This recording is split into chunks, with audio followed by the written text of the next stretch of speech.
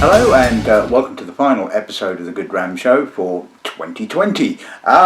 Yes, we are almost at the end of the year, and I think we can all safely say it's probably a year that we're quite happy to, well, forget about, to be honest with you, for the obvious reasons. Who knows what next year's going to hold? I mean, hopefully with the rollout of the vaccine in the various countries around the world, we'll at least maybe at some stage get back to some kind of semblance of normality, and things like face masks and social distancing will all be consigned to history textbooks. Certainly, obviously, this year has played absolute havoc on everything. I mean, no events, no nothing, and it's all been virtual, and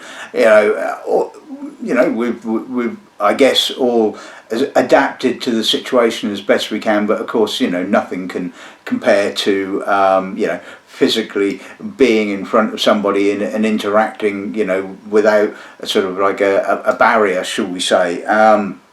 But anyway, I think enough people have commented on the social woes, and as per usual, hopefully my episodes of the show will just be a bit of light-hearted entertainment for half an hour or so, and anyway, hopefully they'll lighten the gloom a little bit. I don't pretend to be anyway. So this week's episode of the show, I thought it would be nice to go out with an interesting episode. I mean, obviously the Christmas episode of the show is always a difficult one to top, but I think I may well have. I think I've got something really intriguing. I mean, this is only the second episode in all the God knows how many years I've been doing this now that I've done an entire episode of the show on Glengyle, or Kilkerran as the case may be, and it's just I don't get all the samples together. I mean, I shoehorn the odd one in every now and again, doing maybe a Springbank tasting or what have you, but it's really nice to have just to get completely under the skin of a distillery, as you know, and it's been a long time since I've had a really good look at Glengyle. So as there's an inordinate number of samples here that are, shall we say, at Cask Strength, I shall keep the waffle short and just say a big thank you to Grant at Springbank for the bulk of the samples for the today's episode. Another big thank you to my good friend Ian Sunderland for, I forgot your name there, mate. Ian Sunderland for one of today's samples, and of course the 12-year-old, which was just left over from I think it was a September virtual whiskey evening we did. So anyway, like I said, I'm going to cut the waffle a bit short because you all know about the distillery. I'm just preaching to the converted in reality, aren't I? So let's just take a look at today's one. Okay, so as it's still technically a bit of the festive season, a bit of accoutrement. Anyway, so we're going to kick off with the standard 12-year-old. Now, ordinarily the bottles tend to have a code and a bottling date stamped on them, but for some reason this one doesn't seem to have one. So all I can tell you is that it was bottled at some stage this year prior to September, when I did when I used it for the aforementioned tasting evening. Second bottling we'll be looking at is the recent virtual open day. This was a 14-year-old triple distilled, bottled at 57.8% and aged in refill bourbon. As you probably well know, the Kilkerran 12-year-old is 70% bourbon, 30% sherry, and bottle at 46%. Anyway, just thought I'd let you in on that one. Right, next bottling we're looking at is two of the 8-year-old, or the first of two 8-year-old Cask Strength bottlings. This was the second release from 2017. It was aged entirely in American oak and bottled at 55.7%. The next one we're going to be looking at is one that seemed to go down quite a storm, as you all seem to love your big sherry monsters. Giving the game away on that one, haven't I? So this was the fourth release of the 8-year-old Cask Strength. This was bottled at 57.1 and aged in recharred Oloroso sherry. Now, I mean, it's not going to take a genius to figure this one out. I mean, look at the colour of that, will you? I mean, distillery character? Anyway, Then we're going to move on to two of the heavily peated bottlings. This is batch number 2, which was released in 2019, bottled at 60.9%. Yeah, that's going to make my eyes water. 55% bourbon and 45% sherry. And the last bottling is the release that's just gone, the batch number 3. This was slightly less at 59.7%, I should say, and this was 80% bourbon and 20% sherry. So I think this is going to be a really interesting tasting. Have my butt full of water because I think I'm going to need it. So let's kick off with the 12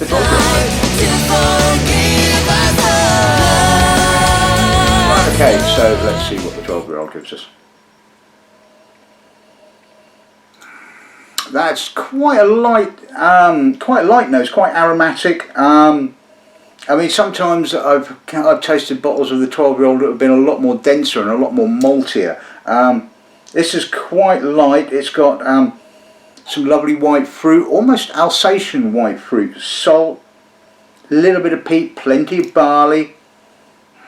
Plenty of well, I wouldn't say plenty, but a good amount of oak, a sort of vanilla oak. It's all sitting in the background, and it's just absolutely perfectly balanced. And as far as I'm concerned, you know, the Glengyle distillery is certainly an A-rated distillery in my book. I just love the character of it. It is it's just kind of classic Campbelltown, although, like I said, sometimes it is more maltier and it kind of veers off maybe more towards a sort of a Glen Scotia-y sort of style. This is kind of edging, I guess, more towards the sort of like the Springbank 10 in style. It's got that light oiliness, doesn't quite have the grittiness, but it's still, you know, plenty of character. See what the pulse like.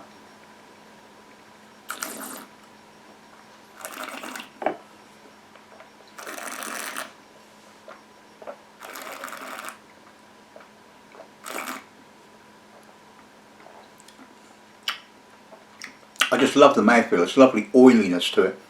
It is relatively malty on the mid palate. Kicks off with a little bit more of the American oak, but it's not sort of an overt oak monster. It's sort of like I said, the oiliness, the slight fishiness, the barley comes through on the middle, and then it drifts into just a whiff of peat smoke on the finish. A little bit of salt as well. It's got a light astringency to it. And it's just all really marvellously balanced, it has to be said. It's got everything that I kind of look for in a whiskey. It's got character, it's got progression, it's got depth, it's got interest, and, you know, it isn't blasted with sherry. No, I mean, it is a lovely whiskey at the end of the day, and I mean, it's still, you know, $39.95 in the shop, you know, which is still an absolute bargain as far as I'm concerned. I mean, there's only one other whiskey I can think of that's less than that, and that's the Agnock 12-year-old, which is, I think, is about $36.95. I mean, partly it's due to the fact that I can purchase these directly from the distillery, so I get the best possible price, which I obviously pass on to you, the customers. I mean, I have had to tweak my margin a bit, and I've probably said that on more than one occasion, just to keep this at $39.95. So if this does go up again next year, then it's going to sort of breach the £40 mark. So hello Grant, please don't put the price up, because I just think it's a brilliant value for money. And, you know, if you've never tasted Kilkerran, then, you know, I've still got some bottles on the shelf, so, you know, grab one.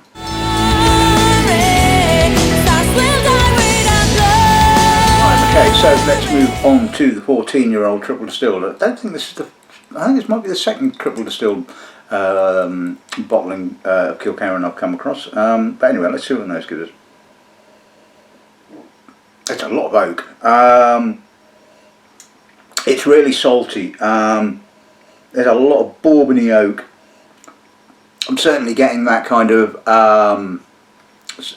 corn-like character. There's even a little bit of herbal rye as well. It's quite high toned as I would expect. There's a little bit of lime, a little bit of an alcohol prickle. It's okay. It's kind of almost a little bit too oak dominated, but it's just kind of pulling back a little bit. But you certainly, the longer it stays in the glass, the more apparent the American oak becomes, and it's getting quite charred and quite toffeed, and I'm getting a lot more of that corn.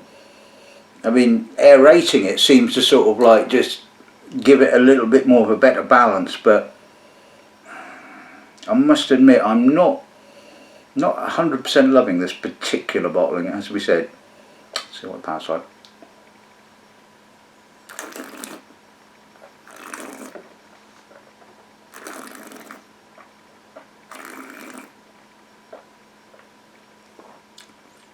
Tight, oaky, slightly grainy, white fruits, mandarin, a little bit of fish, a little bit of peat, but I'm just getting a mouthful of drying, tannic, Bourbony oak. Again, the finish has just got that kind of clotted cream and corn-like character. I don't have enough, obviously didn't have enough to put a little drop of water with it, but certainly from memory, when I did taste this the first time, it really brought out the oak big time. And yeah, this is always, I guess, you're going to have a danger with triple distilled spirit, given the fact that the spirit has a lighter character. It's going to sort of pick up the oak quite quickly. I don't know how active these casks were. Certainly I don't think it was first fill American oak, but certainly it's pretty dominant. In actual fact, I think according to my notes it's refill bourbon, but I can't imagine this was reused that many times because the oak is just so full on. And to me, I'm a little bit disappointed with that.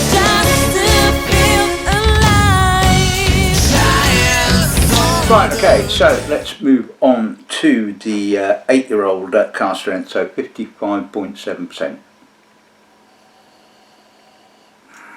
Lovely nose, earthy, malty, gritty barley, touch of earthy peat. There's a touch of camphor, eucalyptus. I mean, that's got some raw character, but not overly raw. It's not like off the still raw. It's just got, it is just sort of, again, it just says Campbelltown malt to me.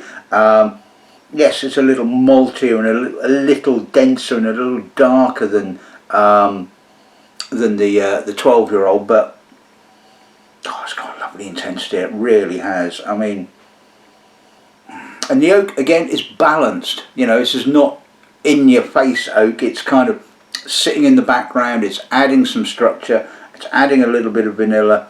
You know, again, really harmonious. See what the pass on.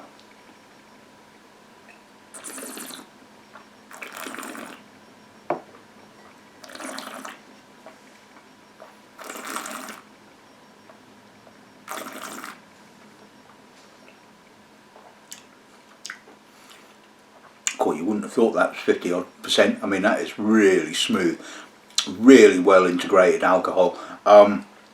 So again, it kind of kicks off with that lovely barley intensity. It's malty, it's earthy. It's a touch of treacle, but not sherry treacle. It's just sort of, yeah, it's definitely sort of, yeah, kind of golden syrupy treacle sort of note. You know, it's very subtle. It's not exactly sort of like a big treacly kind of note.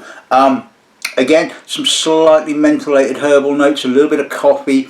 Yeah, the finish is a little drying, obviously. The alcohol is just kind of just chopping the tail end of the finish off, but it's kind of emphasised the salt. It's got a lovely tongue-tingling, salt-encrusted tongue kind of finish. You know, it's absolutely superb. And you know, it's interesting how when when the sort of the 8-year-olds were first released, they were a bit slow to sell, to be honest with you. I mean, really, it wasn't until that one when everybody suddenly went completely nutty, barking nuts over it.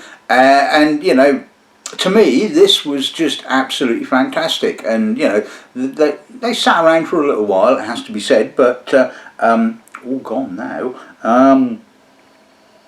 Oh, that's beautiful nose.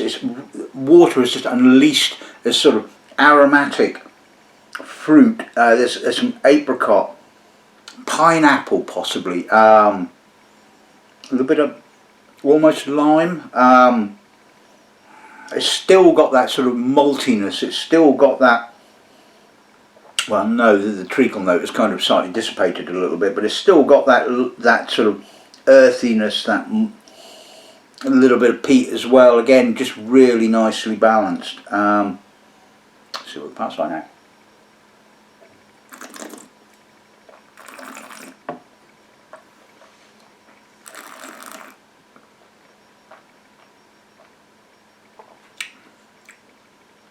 Brought out the oils quite significantly. So it's got a lovely oily mouthfeel. It's also emphasised the oak a little bit, but not too much. Again, still plenty of barley. Maybe not quite so much fruit as I found on the nose, and it's still a little drying. And there's a little bit of a grittiness on the finish, but you know, it's all pretty much well contained, and it's just got character. That's what it's got at the end of the day. It's not Springbank. It's not Glen Scotia. It has a character all of its own, and at the end of the day, what more can you ask for?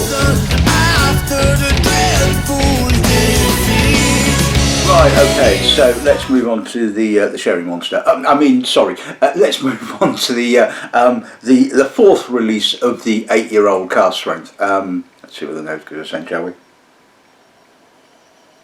It's raw, isn't it? I mean, it's raw. It's kind of herbal, it's leafy, it's oloroso, it's everything that the previous bottling isn't.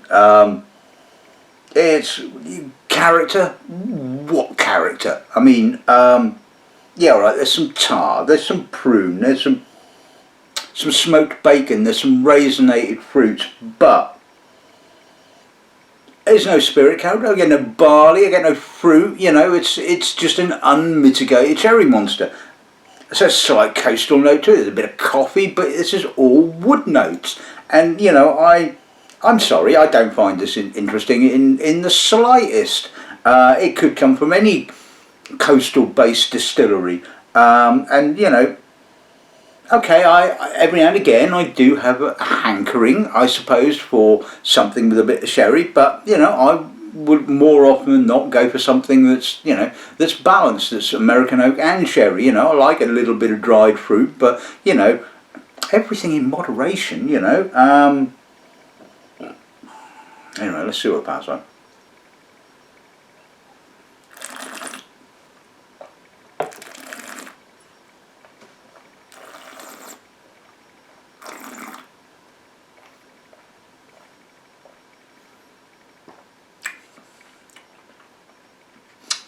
Oh, it's a bit bitter on the finish. Dark chocolate, raisinated fruit, dried prunes, treacle, tar. Probably a little bit more peat than the other 8-year-old bottling.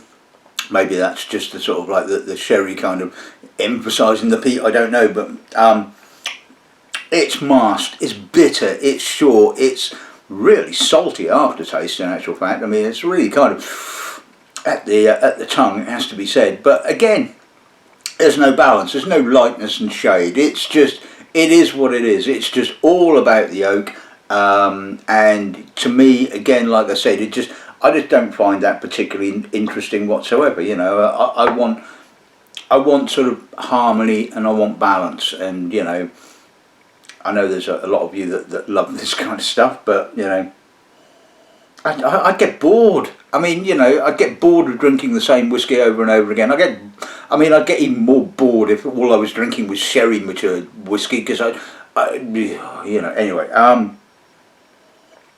still pretty raw on the nose. There's a little softer, I'll give it that. There's a little bit of orange rind, but yeah, again, it's not kind of mitigated any of the sherry whatsoever. It's just still a total and utter sherry monster. That's what the pass like.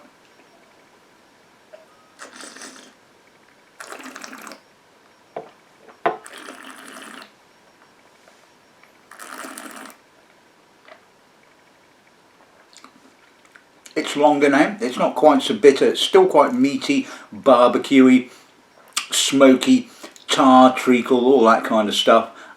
It's a little longer, it's a little less raw, it's still quite green, and it's still quite herbal, and it's still immensely sherried. You know, there's no doubt about that whatsoever, and you know, I'm not going to say any more because I think I've said enough. I mean, quality wise, blemish-free sherry casks, so you know, no issue with the quality whatsoever. It's just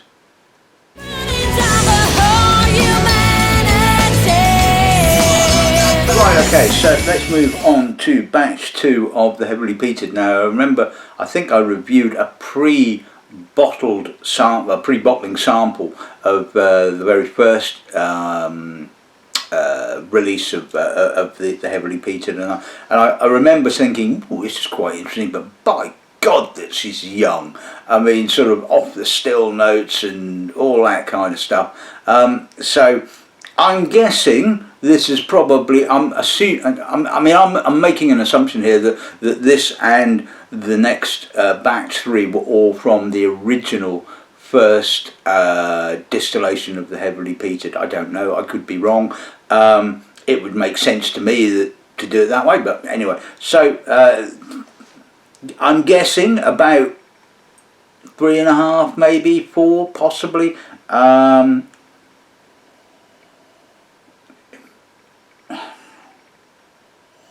Briny, fresh, plenty of peat, ashy, sweet peat, violets, crisp green apple, fish, vanilla, custard powder, possibly. Yeah, it's raw, and yes, there is a little bit of an off the still note. Just about getting away with it, I think. And I suppose the point being is, of course, as we know, the peated malts, when you bottle them young, have the peat intensity, you know, and well, this has certainly got plenty of peat intensity, it has to be said. And my God, is it kind of prickling my nose hairs, has to be said. Anyway, let's see what the power's like.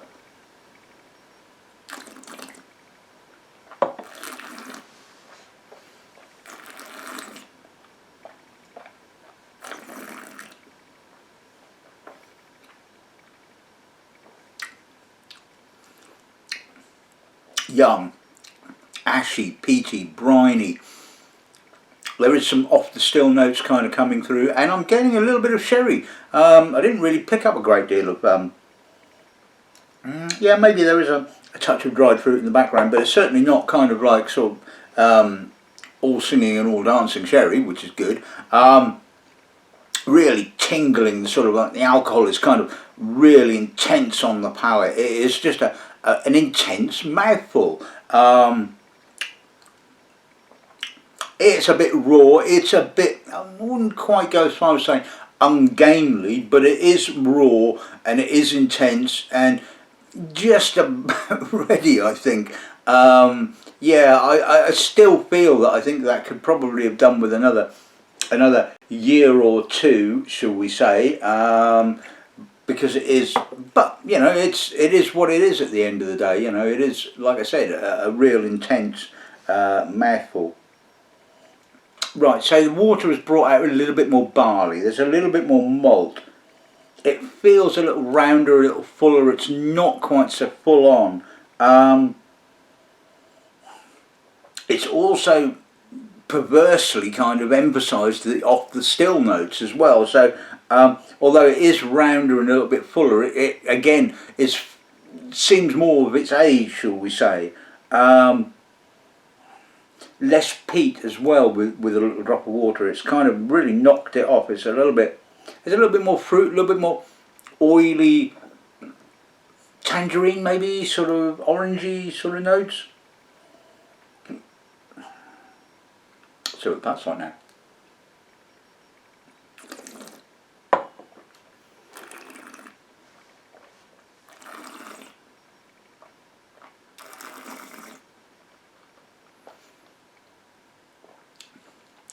A lot sweeter, a lot more barley, a little bit of almost caster sugar. It's kind of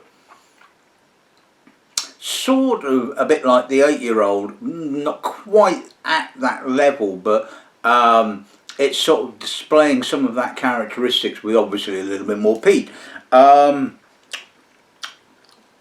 Really fishy, very fishy on the aftertaste, briny, intense, still got that real lovely salty character, you know, crusting my tongue. It certainly works a bit better, I think, with a little drop of water, but I still think it's a little on the young side, but you know, hell, why not?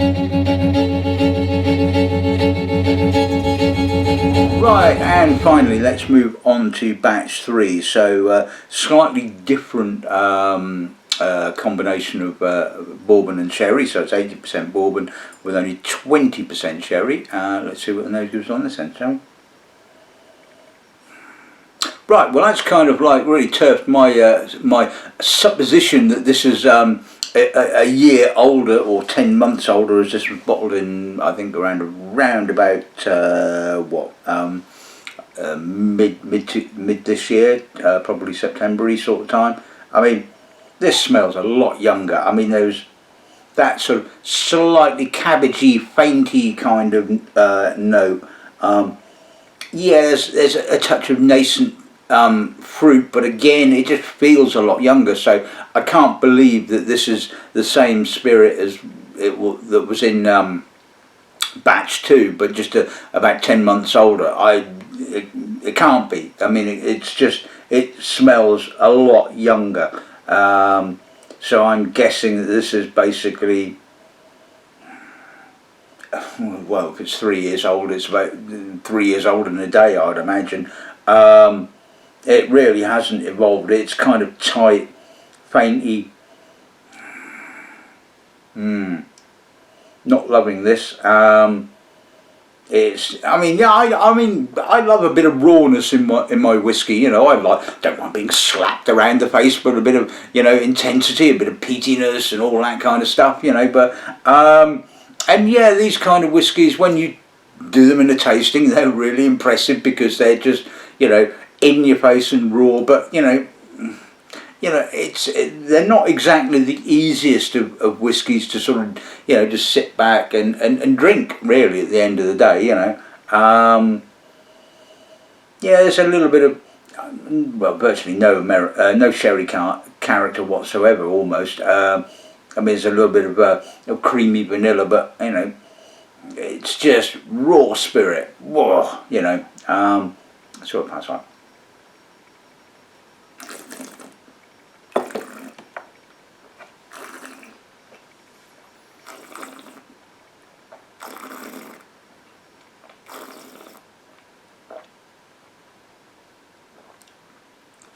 Oily, fainty, cabbagey.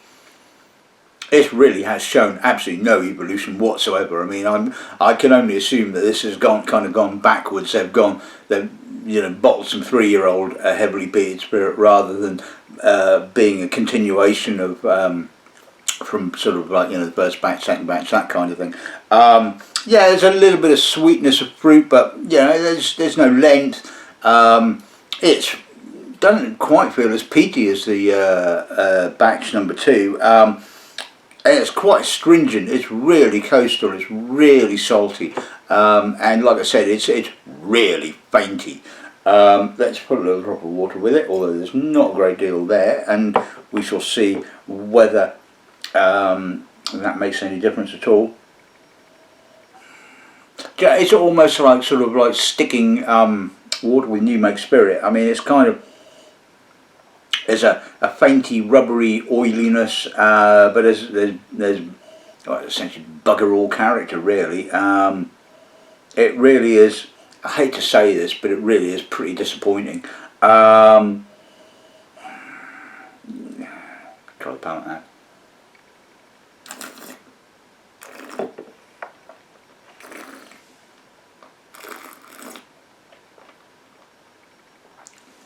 There's a little bit of granulated sugar, but it's still, like I said, it's oily, it's off the still, it's just immature, it should never have really been bottled, frankly, you know, and yeah, I'm guessing this is going to win me no friends whatsoever, but, you know, there's no progression from batch number 2 to batch number 3, you know, ideally you would sort of like say, well, yeah, that should have another 10 months, 12 months age on it, you know, let's see where we're at, that's the whole point of releasing batches, you know, what is the point of going, well, we'll do that, but then we'll bottle some 3-year-old stuff again, you know, it's kind of, I don't get it, don't understand that logic whatsoever. I'm sure there is, I don't know whether it was a case of they just didn't distill that many casks of heavily peated spirit to start off with, and so there isn't the casks to continue to do that. I'm guessing that may well be the point. So they've basically been obviously doing probably a peated run at the end of the distilling season, and they've bottled, essentially they've kind of gone back to square one again and bottled a 3-year-old. And so to me that just, like I said, I don't see the logic, but I can kind of understand it from a sort of like a production perspective. But to be honest with you, that really was disappointing, it has to be said. But well, I'm going to tell you as it is, aren't I? I'm not going to sugarcoat it. Okay, so let's on today's episode of the show. Well, I think it's been a really intriguing episode of the show, and I've thoroughly enjoyed it. Hopefully you guys have enjoyed it as well. And well, you know, you got to allow me to be a bit controversial at times. You know, it's like, well, you know, shoot me. So the standard distillery bottling 12-year-old, absolutely gorgeous. Brilliant price, and just so much character, you know. It's just like I try and keep getting people to try it that had never tried Kilkerran before, because, you know, it's just a lovely spirit. The open day bottling, the triple distilled, well, yeah, okay, I'm not the greatest of bottlings that I've tasted of Kilkerran, has to be said. It was pretty disappointing, really. It was really high toned, it was overly oaky, and the balance was just lost, in my personal opinion.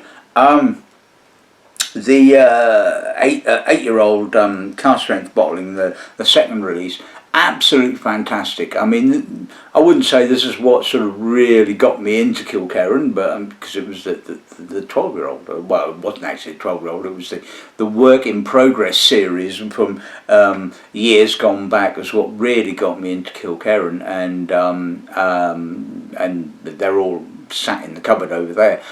Yes, I've got the lot, and you know, they were really sort of inexpensive, and but you know, I just thought there was something really intriguing here, and it seemed to, I don't know whether it just took a little while for Kilkerran to kind of, or Glengyle, to just catch the imagination, but it certainly has now. And the 8-year-old was just absolutely fantastic. This 8-year-old was just bloody sherry. I mean, you know, I know there's you guys that love your sherry. You're going to be wetting your pants over this, and considering how quickly I sold my allocation of it, then, you know, you certainly did. But to me, I'll have that one every day of the week. Thank you very much. You know, the batch 2 of the excuse me. God, well, there you go. Batch 2 of the heavily peated. Well, I think that was absolutely pretty good. I mean, yes, it was raw. Yes, it was young, but there was actually plenty of character going on. Exactly the opposite of batch number 3. Batch number 3 was just like kind of like, you know, turning the clock back and going back to you know, a pretty much young, fainty sort of spirit with, you know, very little to show for it other than youthful off the still kind of character. And to me, just really didn't do it for me whatsoever. So yeah, there you go. That's this week's episode of the show in the bag. I mean, even these two sort of anomalies, shall we say? I mean, I was still going to say that Kilkerran is an absolute grade A distillery, and I love what the distillery is doing. I love the character, I'm more than happy to get behind it. And well, like I said, I'm just preaching to the converted here, and yes, I know this is going to probably get an awful lot of views, and well, why not? I mean, it's about bloody time that I got a load more views, is all I can say. And so, to finish off, I'd just like to say a big thank you to everybody that's sort of like watched these episodes of the show over the year, everybody that's given them the thumbs up, and yes, and even you that's given it the thumbs down as well. I know you're taking the piss, but you